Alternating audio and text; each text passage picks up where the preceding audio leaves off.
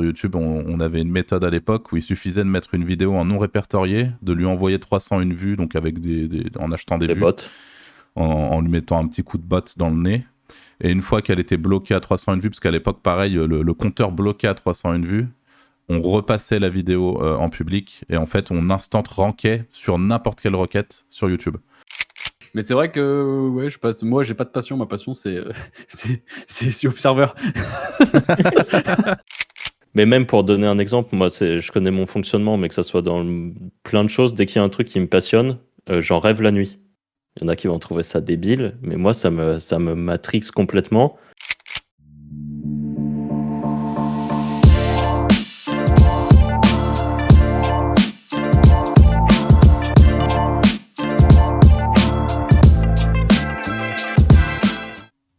Bonjour à tous et bienvenue dans ce nouvel épisode de Wizard Podcast. Une fois de plus, je me retrouve avec Franck et Anto. Salut les gars. Hello. Salut. Et le sujet du jour, eh bien, c'est le SEO. Est-ce que c'était mieux avant ? Sujet qu'on nous a une fois de plus proposé. Donc merci encore à tout le monde de nous proposer des sujets, que ce soit sur le Discord ou en commentaire de la vidéo YouTube. Et pour cette question, on a la chance d'avoir pas mal d'expérience tous les trois dans l'édition de sites et par conséquent dans le SEO. Donc on va pouvoir, j'imagine, vous faire un retour assez global sur ce qu'on pense de cette fameuse question. Est-ce que c'était mieux avant ? Anto, qu'est-ce que t'en penses, toi ? Est-ce que le SEO était mieux avant ? Je dirais oui et non. Honnêtement. Vas-y. Oui, parce qu'avant je trouve que c'était plus simple entre guillemets, mais t'avais pas autant de logiciels et de trucs qui te permettent d'aller vite que t'as maintenant, quoi. Ouais. Donc, peut-être plus simple dans l'apprentissage parce qu'il fallait être moins rigoureux, t'avais moins de trucs techniques à savoir. Mais sinon c'était chiant rien que pour avoir le contenu. Tu vois, t'avais pas beaucoup de forums, t'avais pas beaucoup d'infos, t'avais pas de logiciel, t'avais pas d'IA, t'avais pas de Your Text Guru qui calcule est-ce que ton texte il est opti ou pas opti, quoi. Donc c'est vraiment plus simple en fait. Et la deuxième problématique que je trouve par rapport à avant, c'est qu'avant il y avait beaucoup de bourrin black hat et que sur certaines thématiques, si t'avais pas tant de liens ou t'étais pas bon en automatisation, c'était impossible d'y aller. Alors que maintenant, si t'as un bon angle, un truc différent, tu peux aller sur ce genre de théma, même si t'as pas un énorme budget, etc. Alors quand toi Donc, tu dis avant, Anto, tu penses à quelle année pour essayer de situer avant, quand on a commencé, je dirais 2012-2016, quoi. Ou quand moi je faisais du GSA, que ça rankait tout seul et tout, quoi. Dans ces eaux-là. Ok. Parce Ou que par exemple, Voyance, tu vois, Voyance était Ouais. bloqué. Enfin, il y a toutes ces grosses thématiques qui s'étaient bloquées, quoi. Moi, ça me fait pas mal penser à quand on était justement en 2013, 2014, 2015, où on était déjà en train de se dire « Oh là là, c'était tellement mieux avant, quelle chance ils avaient !» Parce que dans les années, alors du coup, je sais plus, là pour le coup, on n'était pas là, malheureusement. Mais quand il suffisait de faire du keyword stuffing, les choses étaient encore à un autre niveau de simplicité entre gros guillemets, quoi. Donc il y en a qui se sont bien goinfrés. Et bien sûr, en fait, il faut se réinventer à chaque fois. Et toi, en fait, Franck ? Ouais, j'allais juste dire, en fait, c'est qu'avant, il n'y avait pas de filtre. En fait, Google a évolué au fil du temps par rapport aux méchants SEO qui étaient là pour venir foutre le bordel, quoi. Et pour répondre, je pense qu'on a toujours l'impression que c'est mieux avant, parce qu'on a toujours l'impression d'avoir raté un truc, mais je pense que ça, c'est assez c'est commun et c'est dans tous les domaines, c'est pas forcément que le SEO. En effet, peut-être qu'avant c'était plus simple, et après, moi je vais encore pondérer un peu le truc, parce que au fil des années, on a aussi, nous, gagné en niveau, on va dire. Et le fait de gagner en niveau, tu vois peut-être les choses très différemment. Au début, quand j'ai commencé le SEO, peut-être un peu plus sur le tard que vous deux. Ouais, je trouvais que ceux qui étaient avant, évidemment, avaient eu plus de chance. Après, je pense qu'on a aussi été plutôt dans une bonne période, et on est là, on a vu toutes les évolutions. Et j'ai l'impression qu'aujourd'hui, c'est pas une histoire de c'est plus dur ou c'est moins dur. C'est juste qu'il faut faire les choses peut-être un peu mieux qu'avant. Il faut faire gaffe à son SEO technique, alors qu'avant, en réalité, peut-être c'était moins important. Faut faire plus attention à son contenu, qu'il soit bien optimisé, alors qu'avant, on pouvait être un peu plus bourrin et puis juste parfois des bons titles, c'était suffisant enfin, des bons titles, des bons HN, un peu des mots-clés répétés et c'était suffisant pour ranker. Pour les liens, c'était pas aussi diversifié qu'aujourd'hui, c'était beaucoup plus dur d'avoir du lien à l'époque. Enfin, moi, je sais que je faisais majoritairement du ninja linking et un PBN, Mais il n'y avait mais pas de plateforme déjà. il n'y avait pas de Alors, plateforme, exactement. Donc, tu peux juste expliquer vite fait, Franck, en quelques mots, ce que c'est que du ninja linking pour tous ceux qui éventuellement le savent pas. Ninja linking, c'est le truc que j'ai vraiment le plus fait quand j'ai commencé le SEO, parce que c'était un truc qui me passionnait vraiment, c'était de aller notamment sur des forums ou sur des endroits avec des pages profils ou des trucs comme ça et trouver des endroits où insérer un lien. Parfois, c'était tout simplement parce qu'il y avait une case site web et voilà, j'en profitais. Il y a des moments où il n'y avait pas ça et qu'il fallait trouver un moyen d'injecter son lien de la meilleure façon qui soit, si possible avec du contenu autour pour que ça soit un peu thématisé, on va dire. Donc voilà. Et ça, c'était vraiment une grosse technique que beaucoup de gens ont fait. Et d'ailleurs, on était tous en train de se remonter nos propres profils pour prendre celui de l'autre, ainsi de suite. En fait, il y en a qui découvraient des nouveaux trucs, mais très vite c'était pris, sauf si c'était cloqué. Tout le monde suivait Euh, Samuel. Tout le monde suivait Samuel, c'est vrai. Hein. Et c'est vrai que Samuel, c'est un des. Vraiment, je sais pas si c'est un des pionniers en ninja linking, mais en tout cas, c'est celui qui a vraiment poncé le truc. Sur Script SEO, je m'en rappelle. Il mettait plein de plans backlink et vu qu'il cache jamais rien, on en a déjà eu l'occasion de discuter avec lui sur le Discord des Wizards. Il s'en fout un peu de cacher, il monte ses sites et tout, ce qui est pas commun. Donc voilà, donc on pouvait vraiment voir beaucoup de trucs de liens, notamment Ninja Linking. Et donc pour en revenir avant, donc tout ça c'était on va dire la méthode classique. Aujourd'hui, il y a des plateformes d'achat de liens. Il y a par exemple l'insertion de liens dans des pages qui rankent déjà. C'était un truc qui existait peu en France. Aux US, ça existait déjà, ça s'appelait du niche edit. Et le niche edit, il y avait 2-3 grosses plateformes côté anglophone. Mais en fait, qu'il y en a qui se sont fait choper parce qu'il s'avère que c'était pas du vrai niche edit qu'ils faisaient. C'était pas genre ils contactaient. En fait, eux, ils vendaient ça en disant on contacte par exemple quelqu'un qui rank dans votre thématique sur une page qui est page 1 ou 2, donc qui est censé envoyer un peu de puissance. Et en fait, il s'avère qu'ils hackaient les sites pour aller foutre des liens dedans. Et eux, il y en a plusieurs qui se sont fait choper. Et donc après, ça a été cette partie un peu hacking sale. Peut-être ça existe toujours, mais dans le niche edit, ça doit sûrement exister. Mais petit à petit, il y a aussi des vraies plateformes légitimes où des gens comme nous, où on a des sites, on peut venir dire voilà, on vend du lien. En France, c'est Next Level qui a commencé avec ça. Et maintenant, c'est très démocratisé. Il y a Rocket Links qui le fait, Linksgarden, eReferrer qui vient de le faire depuis très récemment, et ainsi de suite. Voilà. Et donc là où, par contre, je trouve que c'est plus simple aujourd'hui pour quelqu'un qui a de la détermination, c'est qu'avant, on avait des résultats peut-être un peu plus rapidement. Donc il y a beaucoup de gens qui voyaient qu'ils allaient avoir des résultats et qui allaient continuer. Alors qu'aujourd'hui, les gens voient assez rapidement que c'est dur d'avoir des résultats et potentiellement ils vont abandonner. Et je pense que la concurrence est peut-être moins. Les gens travaillent mieux qu'avant, mais il y a peut-être moins de concurrents potentiels. Alors je ne sais pas si c'est vraiment 100% le cas et sur toutes les thématiques, mais je pense qu'il y a beaucoup plus de gens qui abandonnent maintenant et qui vont aller faire d'autres trucs avec des résultats plus instantanés, genre du dropshipping avec de l'achat de trafic, des trucs comme ça. Mais il y a beaucoup plus de méthodes aussi. Et il y a beaucoup plus de méthodes pour gagner de l'argent. Ouais, c'est ça, la monétisation web avant c'était très lié au site. Mais maintenant, tellement il y C'est a de vrai réseaux sociaux, il y a tellement de choses. C'est ça, maintenant, nous, on a quand même plutôt vu le début aussi de la publicité Media Buy Ouais, c'est sur ça. les réseaux sociaux. On Ça a venait eu de de la sortir, chance. ouais. Ça venait de sortir, donc on a pu en profiter. Mais c'est vrai qu'aujourd'hui. De quoi, Arthur? Non, je dis oh oui, parce que je me rappelle des débuts de Facebook, notamment. Ah bah ouais, c'était trop bien. On s'est bien goinfré sur leur algorithme qui était un peu claqué au départ. Qui était puis en plus, claqué, sans modérateur. Ouais, c'est ça, fallait faire rentrer de l'argent, donc ils acceptaient tout. Et à l'époque, d'ailleurs, je place juste une petite anecdote avant que je l'oublie. Mais notamment sur YouTube, il y avait une méthode pour vous, que vous puissiez, que les gens puissent se rendre compte à quel point. Alors, il y a peut-être ce type de méthode aujourd'hui, mais je pense qu'elles sont soit extrêmement privées, soit il y en a globalement moins, parce que les choses ont pris plus d'ampleur, évidemment. Mais sur YouTube, on avait une méthode à l'époque où il suffisait de mettre une vidéo en non répertorié, de lui envoyer 301 vues, donc avec en achetant des Les vues, bots. en lui mettant un petit coup de bot dans le nez.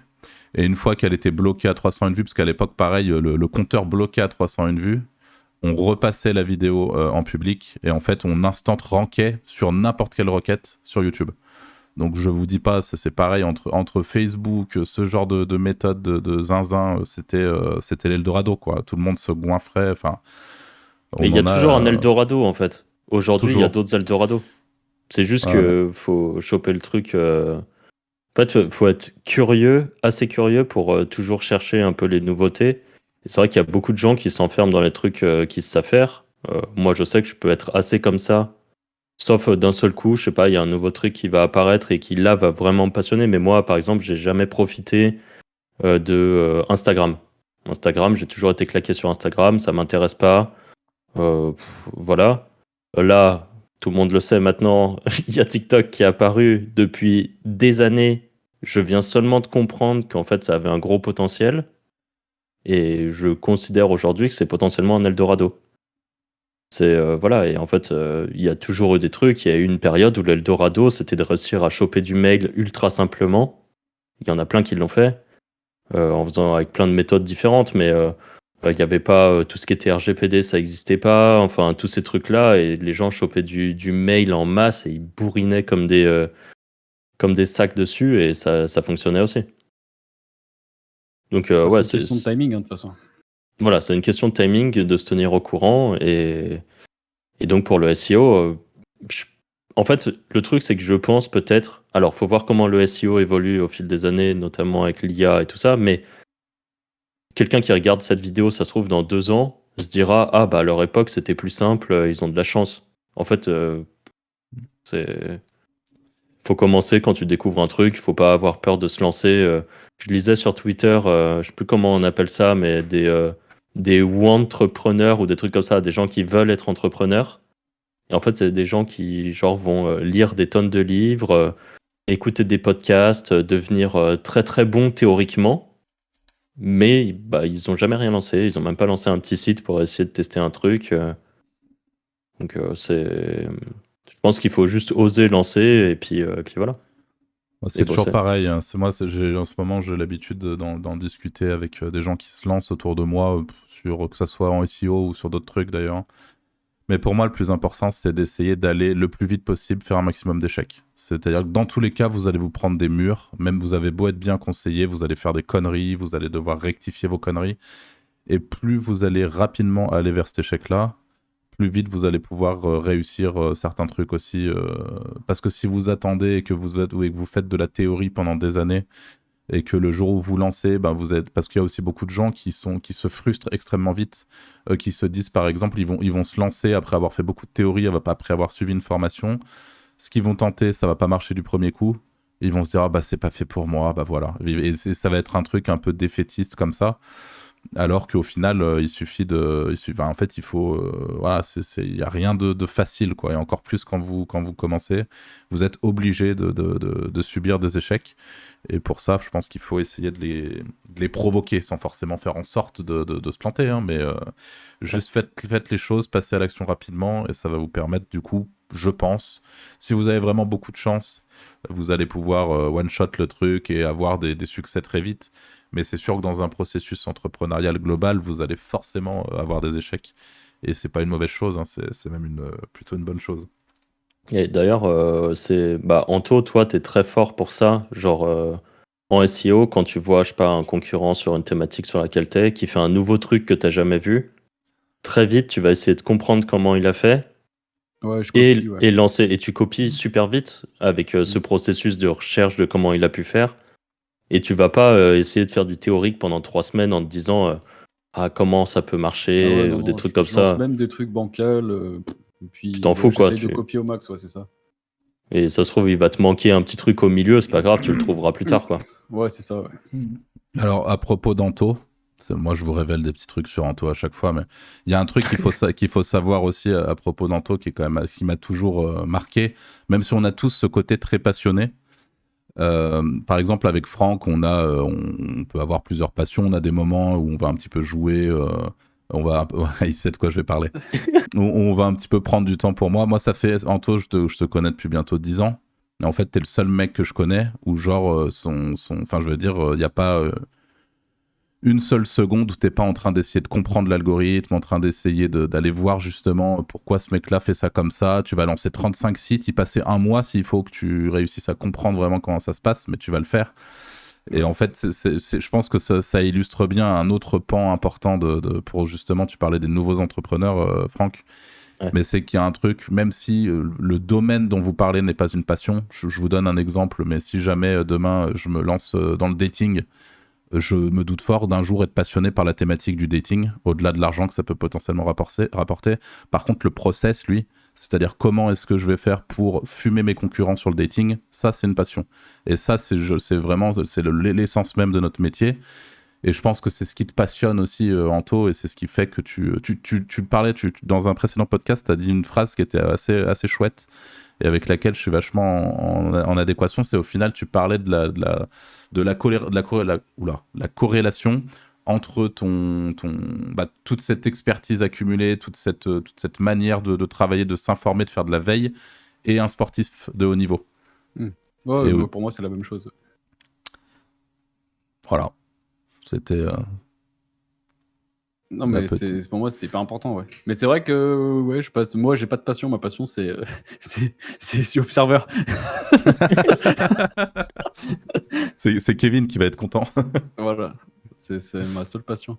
Non, mais j'aime bien comprendre, ouais. Même sur des thèmes. En fait, j'aime bien toutes les thématiques où il y a grave des spammers Viagra. J'aime bien les thématiques streaming. Parce que les mecs, c'est des génies. En fait, c'est ces thématiques-là où les mecs sont hyper forts. C'est des génies. Casino en ligne, toutes ces thématiques. Ils ont des années d'avance par rapport aux autres SERP. C'est là que tu peux avoir des vraies astuces et des vrais trucs qui peuvent te débloquer. En fait, Par c'est contre, la seule truc de ces genres thématiques, c'est qu'il faut aussi savoir que c'est parfois court terme et que ça peut te flinguer tes sites. Donc, il faut faire gaffe aussi. En fait, c'est ce qui est dans cette thématique-là, c'est que les mecs, en général, ont de l'argent. En fait, on passe le cap de il faut de l'argent, il faut une bonne équipe, il faut des trucs comme ça. Parce qu'en fait, toute la partie SEO basique, elle est déjà là et ils sont tous au même niveau. Je prends le cas du casino en ligne, par exemple. Le casino en ligne, tout le monde a à peu près le même niveau, tout le monde a des quantités de budget qui sont énormes, tout le monde a des rédacs plus ou moins spécialisés dedans, mais qui sont capables de pondre du contenu, tout le monde a un bon développeur qui va faire un truc ultra rapide. Du coup, elle est où la diff après ? La différence, c'est d'aller chercher des trucs peut-être un poil différents. Alors, soit il y a vraiment ceux qui vont juste aller charger en lien comme jamais, et ça peut marcher pendant un bon moment.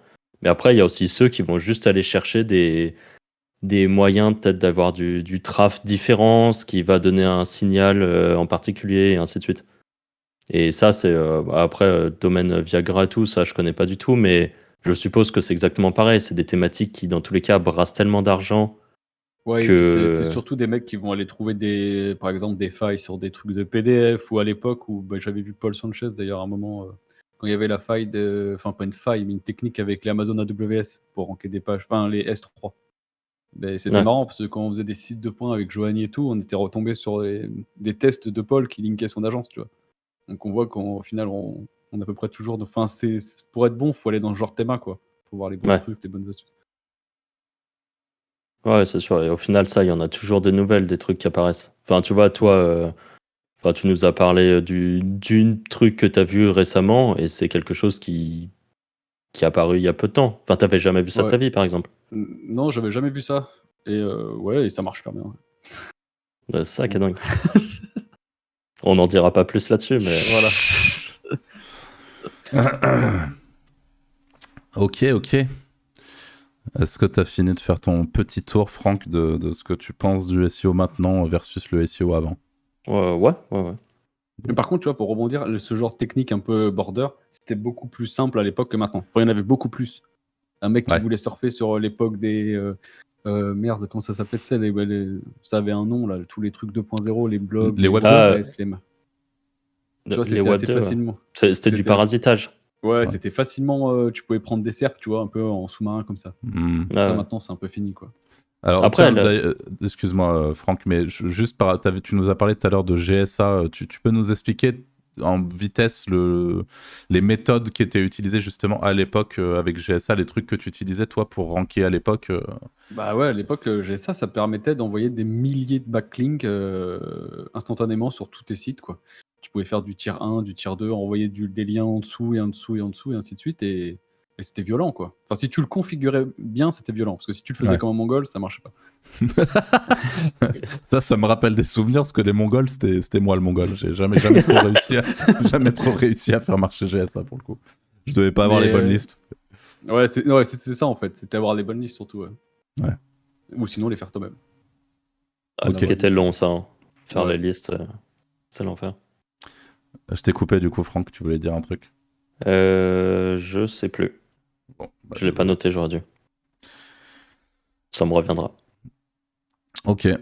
Du coup, pour donner mon petit point de vue sur le SEO, est-ce que c'était mieux avant ? Bah, je partage plus ou moins vos avis. Hein. C'est évidemment le SEO était plus facile d'un côté avant. J'ai vraiment cette sensation, et je dis pas ça pour décourager qui que ce soit, mais c'est juste être réaliste que, mine de rien, les choses sont de plus en plus compliquées. Enfin, j'ai l'impression que en fait, tu prends année plus 1, là on est en 2023, en 2024, ça sera un peu plus compliqué de ranker que ça ne l'est en 2023. C'est surtout qu'il y a la concurrence, c'est surtout ça. Bah ouais, mais Franck a un avis différent là-dessus. Par exemple, Ouais, il pour le pense coup, que ça décourage ouais. plus les gens que... Mm. Mais moi, je pense que je suis à la fois d'accord avec Franck, à la fois je pense que les gens qui sont là industrialisent de plus en plus. Et là, je voulais en parler un peu après, mais c'est pas grave, je vais lancer le sujet maintenant, mais on est obligé de reparler un peu d'IA. Mais en fait, avec l'IA et tout, on a déjà évoqué nos avis là-dessus, sur des visions un peu de Madame Irma sur le long terme, dans quelques années, comment est-ce que ça va se passer. Je sais pas si vous avez entendu parler d'AutoGPT. Ça vous parle ou pas ? J'ai vu un tweet dessus, mais j'ai pas regardé plus. AutoGPT, je vous la fais très courte. Ça permet, donc c'est un mec qui a mis ça en open source, qui a développé un système. J'espère que je dis pas de conneries, hein, parce qu'encore une fois, vous me connaissez, je suis pas technique pour le coup, mais qui a développé un système qui permet de plugger et d'envoyer un bot en lui donnant une mission spécifique, en le pluguant à l'API de GPT, donc de GPT-4 en l'occurrence. Et donc ça veut dire que demain, donc j'ai vu un tweet d'un mec qui par exemple se faisait passer pour une marque de chaussures et qui disait à son auto-GPT, fais-moi une analyse, je suis une marque de chaussures, fais-moi une analyse concurrentielle de mon secteur d'activité sur des chaussures imperméables par exemple.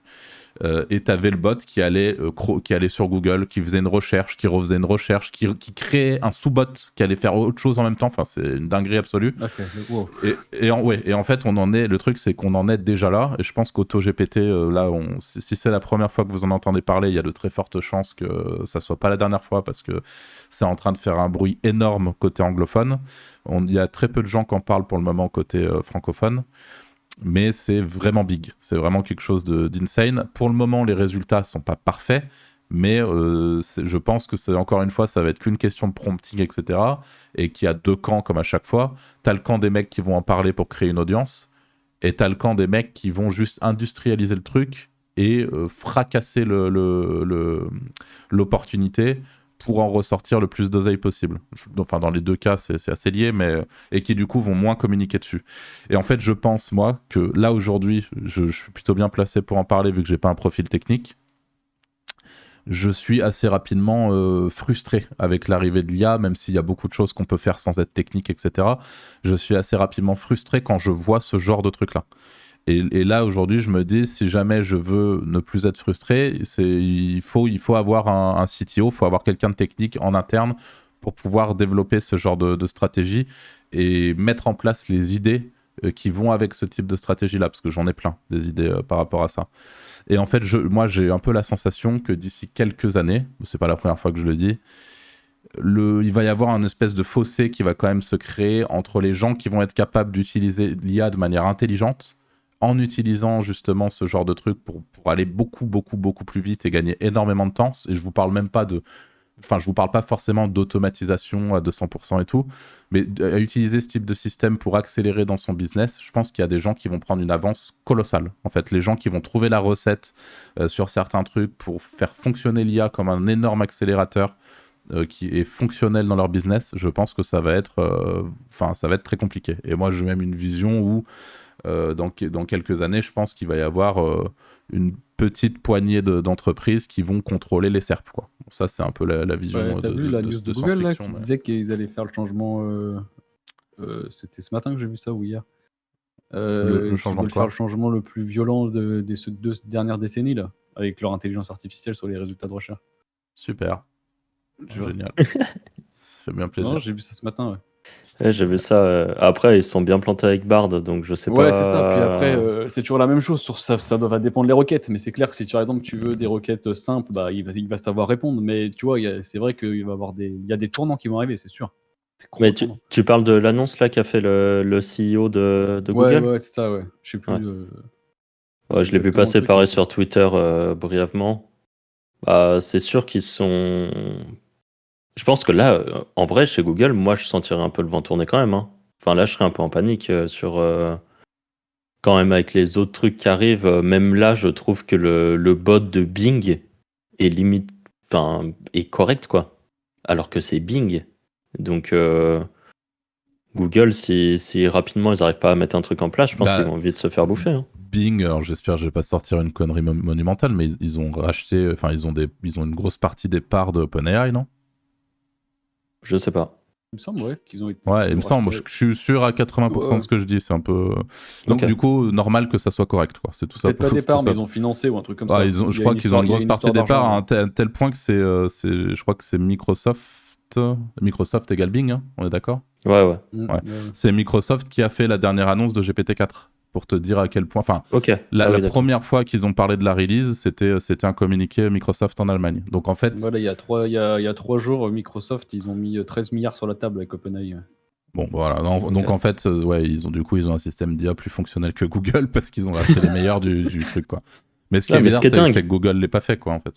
Ce qui est ouf, c'est que, enfin, tu vois, typiquement pour moi, Google, c'est le genre de géant. Après, il y a toujours une chute d'un géant un jour à un autre, mais c'est quand même eux qui ont toutes les bases. C'est eux qui ont des crawlers depuis toujours. C'est eux qui ont un algo qui est capable de lire et de ranker des sites. Donc, c'est quand même qu'il est à peu près en mesure de comprendre ce qu'il lit. Et je trouve ça dingue que ce soit pas eux qui aient fait ChatGPT, quoi, en gros. Peut-être qu'ils y croyaient pas. C'est ça Peut-être. la chose aussi. Mais Comme c'est vrai que tous les mecs qui croyaient pas au smartphone, genre Nokia et tout, puis au final, ils s'en fait manger. Ah, c'est vrai. Ouais. Puis Sam Altman, il a la dalle, hein. C'est aussi ça, c'est comme à chaque fois, c'est des mecs... à chaque fois, c'est des petits, entre guillemets. Bon, Sam Altman, il n'est pas nécessairement petit, mais je veux dire, à la base, quand il n'avait pas encore fait OpenAI, il n'avait pas encore fait ses preuves, mais il était déjà reconnu. Donc, c'est le PDG d'OpenAI.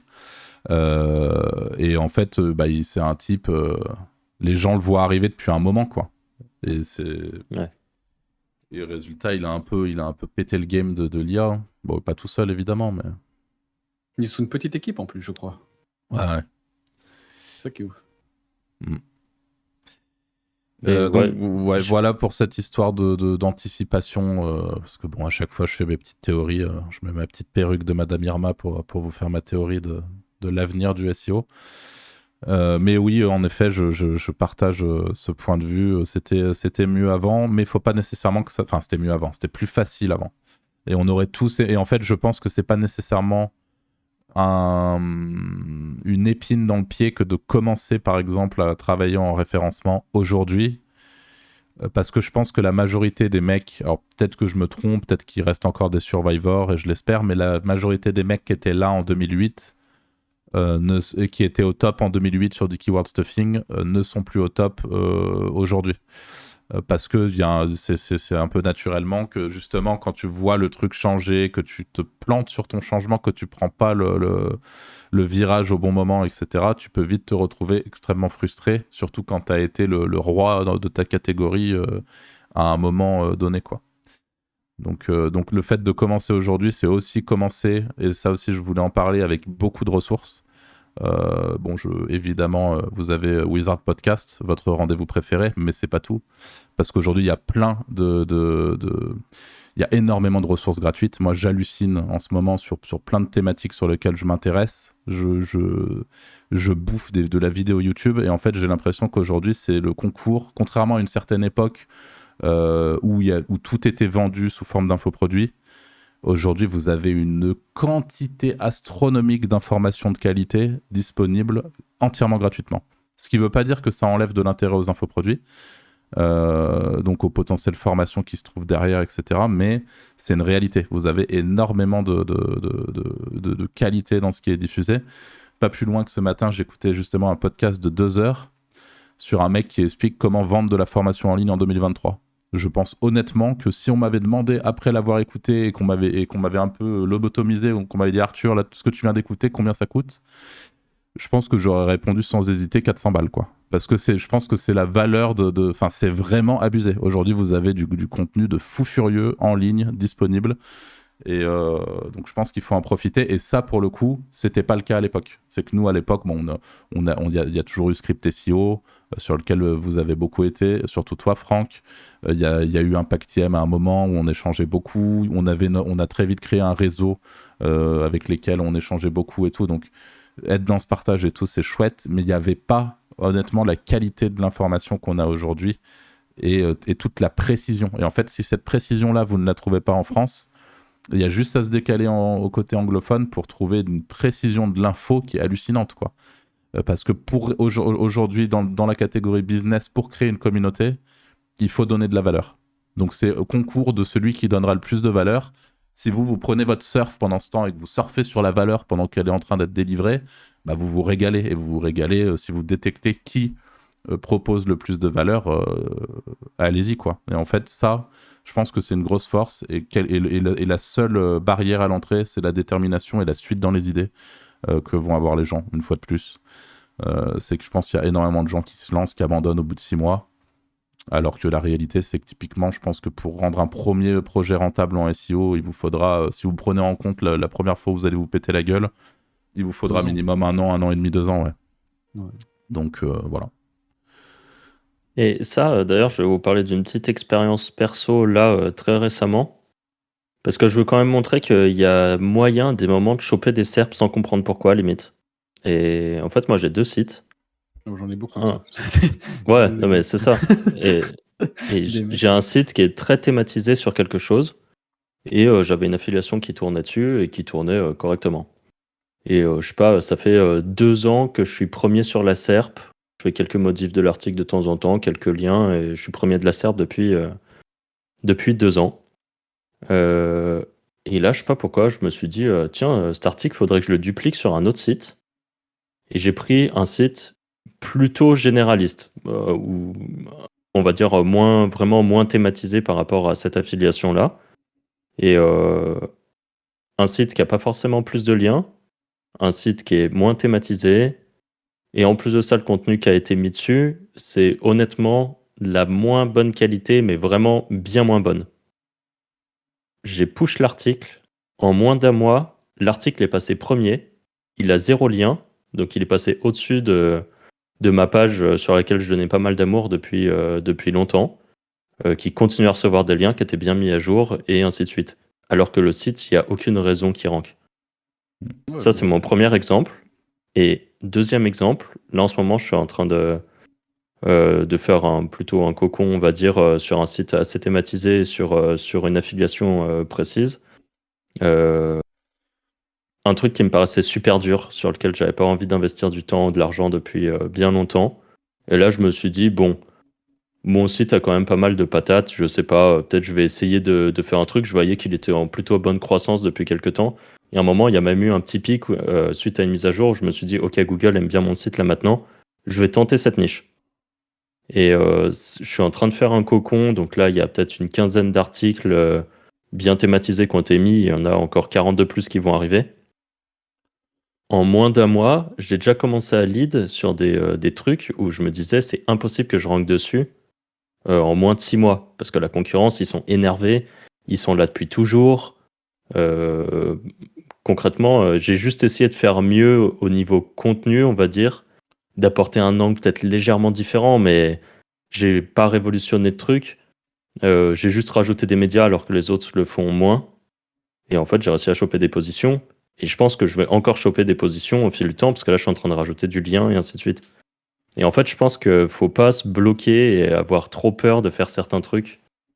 Que même en étant débutant ou semi-débutant, bah, parfois, je sais pas pourquoi, il y a un truc qui va bien se passer et Ouais. ça va Mais après, partir tu l'as fait différemment par rapport aux autres de la SERP aussi, non? un peu Il y a un différemment. angle. Ouais, voilà, il y a ça aussi. Mais justement, donc ce côté où se dire le SEO c'était plus dur avant, je pense juste qu'il faut arriver avec une façon différente de voir les choses. Et en fait, je pense que à peu près tout le monde a sa chance sur certaines thématiques en tout cas. Je conseillerais pas à quelqu'un de trop nouveau d'aller s'attaquer à des niches de fous furieux où on sait que c'est des fous furieux, genre de la mutuelle ou des trucs comme ça. Passez votre chemin, je pense.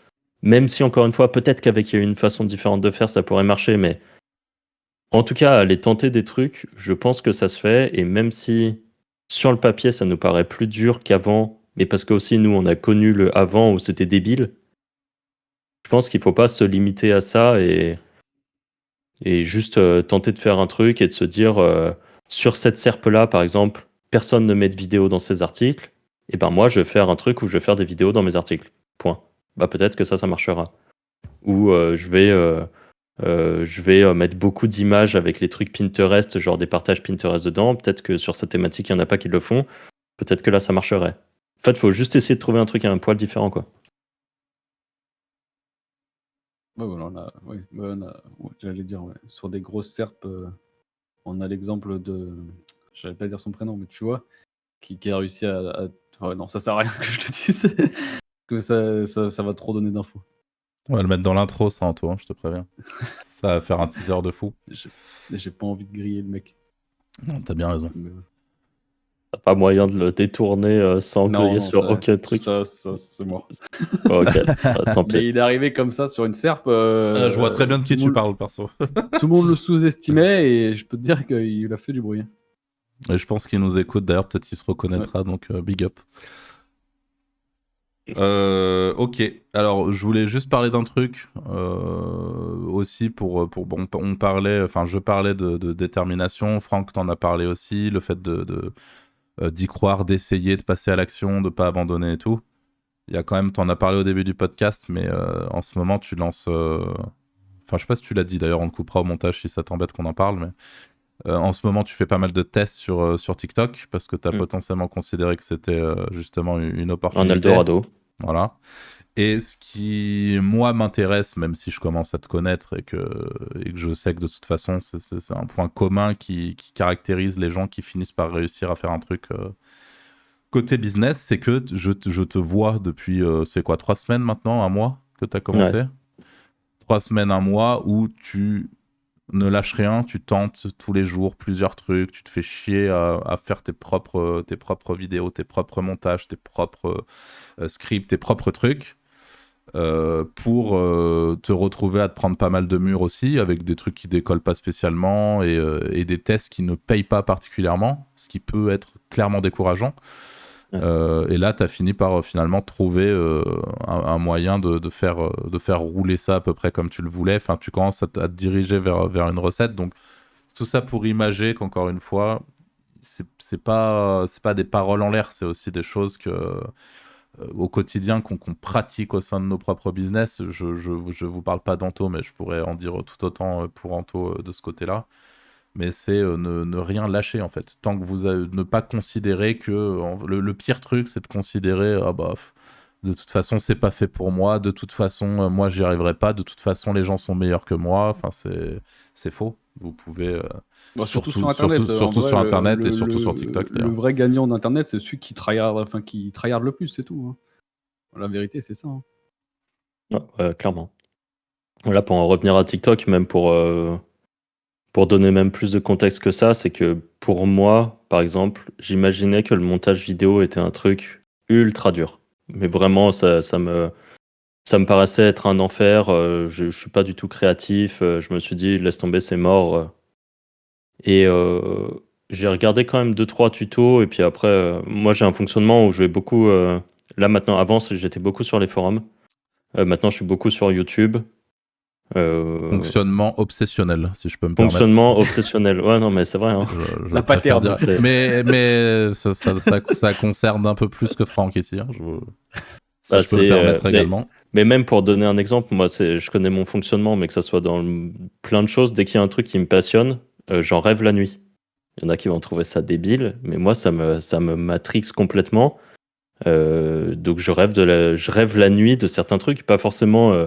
C'est pas en mode, il y a quelqu'un qui vient m'apprendre la nuit comment faire les choses. C'est juste que dans ma tête, par exemple, là, cette nuit, je sais que dans ma tête, genre, je me connectais sur TikTok, je regardais les statistiques, j'analysais les stats et tout. Enfin, ça, c'est dans mes rêves. Donc, c'est chaud quand même. Et c'est ça depuis 3 semaines. Bon, t'inquiète, il y a un mec sur ce podcast, il a dit qu'il dormait habillé pour gagner du temps. Ouais, moi je suis Ça va, pareil que reste Franck, moi, je suis tranquille, matrixé par des dès que. De toute façon, c'est la pattern. C'est sûr. Ah, c'est ça. Hein. Et donc, pour gagner du temps, chose que je faisais pas forcément avant parce que je voulais tout le temps tout apprendre tout seul. Mais là, sur YouTube, j'ai regardé pas mal de vidéos d'un type. Il vendait une formation. La formation, c'était 67 balles. J'ai pris la formation. Pour 67 balles, j'ai un condensé rapide. Je dis pas que c'est la meilleure formation du monde, mais en fait, je m'en fous. Ça m'a enlevé des freins en me disant, OK, le montage vidéo, c'est facile. Lui, il le faisait avec un logiciel. Moi, je l'ai même fait avec un autre logiciel. J'ai même pas suivi à 100% son truc parce que j'ai vu d'autres tutos pour faire du montage avec CapCut, dont je parle souvent, qui est vraiment un truc débile à souhait. Les sous-titrages, par exemple, pendant très longtemps, je me suis dit, putain, se taper tous les sous-titres un par un, chose que j'ai fait au début parce que j'avais pas compris qu'on pouvait l'automatiser. Et en fait, sur CapCut, t'as un bouton où t'as juste à corriger les fautes d'orthographe, changer la typo comment tu la veux, et ainsi de suite. Ensuite, après, j'ai vu un tuto d'un russe ou je sais pas qui faisait les textes en mode sous-titrage de Hormozy ou comme fait beaucoup Yomi Denzel et tout ça, avec des trucs vachement dynamiques, les couleurs qui changent, des emojis, des sons qui pop et tout. En fait, en 10 minutes, t'apprends à le faire. Et quand tu cumules tous ces trucs, tu te dis, bon, ok, c'est pas si dur. Faire des scripts, c'est pas si dur de les trouver. En fait, il y a plein de trucs où tu te dis, c'est pas si dur, c'est juste que, comme disait Arthur, j'ai fait un premier compte sur lequel je me suis planté. Enfin, je me suis pas planté, c'est juste qu'il est long à monter. Mais je fais des vidéos, beaucoup qui sont à 500 ou 1000 vues. De temps en temps, il y en a une qui va faire entre 10 et 20 000, par exemple. Et en plus, je sais pourquoi elle fait ça. Petit à petit, là, j'ai compris comment bien faire mes scripts pour que ça s'améliore. Mais après, je me suis dit, bon, je vais peut-être aller chercher une autre niche. Et là, c'est des vidéos qui font en ce moment entre 100 000 et 500 000 vues pour la meilleure. Et celle qui a 500 000, c'en est une que j'ai postée il y a 4 jours, je crois. Donc, ça part bien. Et en fait, là, du coup, je commence à comprendre la recette un peu plus grâce à ce compte-là, parce que le fait d'avoir plus de volume permet d'avoir des meilleures stats, de mieux analyser, et ainsi de suite. Et donc, bah là, j'apprends. Et en effet, j'aurais très bien pu lâcher l'affaire il y a 10 jours en me disant, bon, le premier compte que j'ai fait, il marche pas. C'est pas fait pour moi, j'abandonne. Et puis voilà. En fait, non, j'ai juste envie de comprendre. Je pense qu'en plus de ça, c'est une compétence, une autre corde à son arc à avoir, parce que le SEO, c'est très bien. Le SEO, c'est quelque chose qu'on sait très bien faire.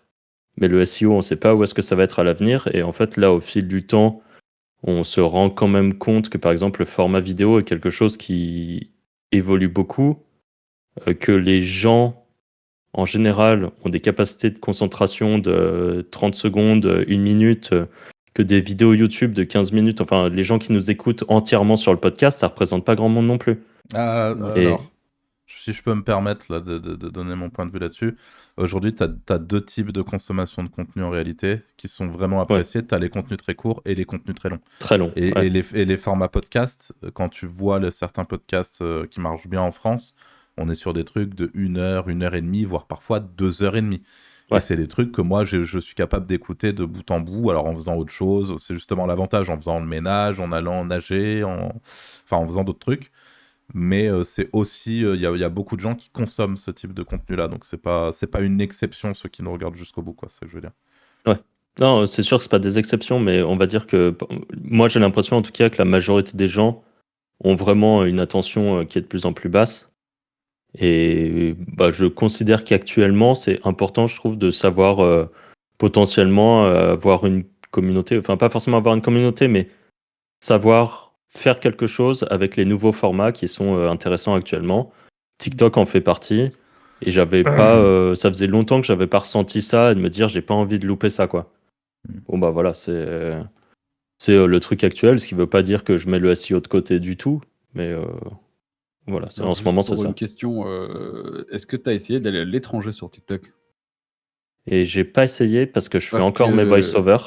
OK, Hello, parce my que je name me is suis, Frank. non, parce J'ai- que hier, j'ai- j'ai regardé sur les forums, parce que moi, ça bide mes trucs. Donc, ouais, je voulais trouver sur les trucs où je vais d'habitude, sur les trucs russes et tout. Et même sur les trucs anglais, il y a absolument rien parce qu'ils ont pas le fond de créateur, en Ouais, fait. alors Donc, justement, ça les intéresse pas, en fait. bah, là justement, en fait, c'était un peu ma problématique, c'est que j'ai réfléchi. Je voulais faire une chaîne d'ailleurs en mode Frenchy quelque chose, en fait Frenchy mais qui traite d'un sujet. Comme ça, je pouvais faire les voice-over en anglais avec mon accent français, j'en ai rien à foutre. Je pense même que ça peut même être un truc qui potentiellement why not pourrait fonctionner. Et ensuite, j'ai vu qu'il n'y avait pas les fonds créateurs. Et moi, c'est les fonds créateurs là qui m'intéressent en ce moment, en plus de potentiellement Donc l'affiliation. les fonds créateurs, c'est la monétisation, hein, c'est ça? Ouais, donc c'est ça, fonds créateurs sur TikTok. En gros, sur TikTok, quand on a plus de 10 000 abonnés, on débloque les fonds créateurs qui sont pareil que sur YouTube, la rémunération YouTube. Et le RPM actuellement enfin, donc l'argent gagné pour 1000 vues est assez élevé. Il varie quand même pas mal. Euh, En fonction des gens d'où est-ce qu'ils te regardent, mais si tu as beaucoup de gens qui te regardent depuis la France, tu vas avoir un revenu pour 1000 vues qui sera entre 50 centimes et 1 euro. 1 euro, ça arrive très rarement, mais entre 50 centimes et 80 centimes, on va dire, de moyenne. Ensuite, quand vraiment ta vidéo elle explose et qu'elle explose aussi à l'étranger, donc dans d'autres pays francophones, mais où il n'y a pas la monétisation, ton revenu pour 1000, il va être peut-être de 20 centimes. Mais sur TikTok, c'est pas anodin, c'est pas impossible du tout de faire plusieurs vidéos par mois à 500 000 vues, 1 million de vues, 2 millions de vues. Là, j'ai vu une meuf qui a l'air complètement débile, qui fait des Ça trucs alors.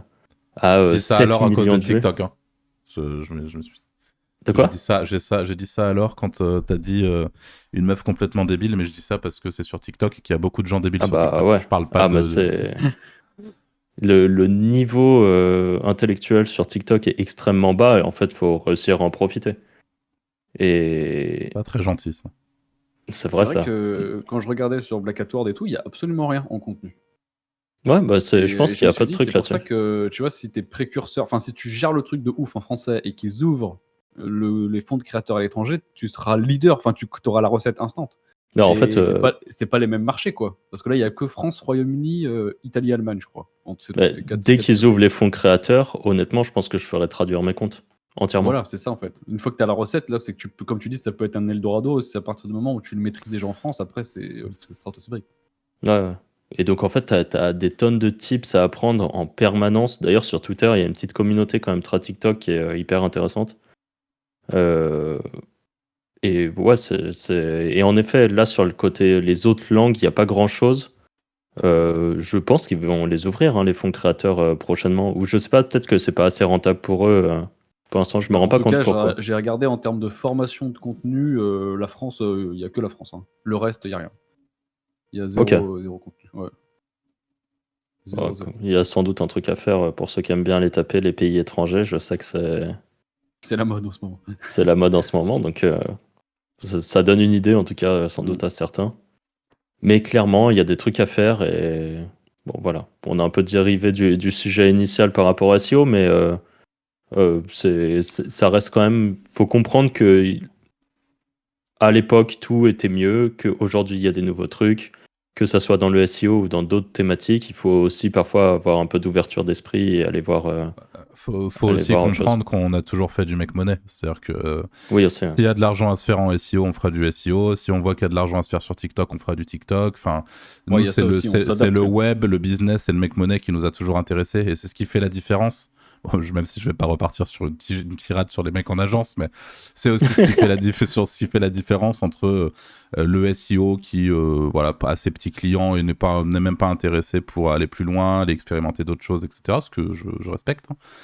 Et puis le mec qui a envie d'aller faire un petit peu de make money, qui a envie de chercher les méthodes qui fonctionnent pour faire du blé, qui a envie d'aller ranker du site pour aller se positionner sur des thématiques rentables. Voilà, Et à l'inverse aussi, les mecs qui sont hyper techniques, mais tellement techniques qu'ils font rien d'autre que de la R&D. Hein. Il y en a un paquet aussi. Ouais, ça va aussi. Ouais.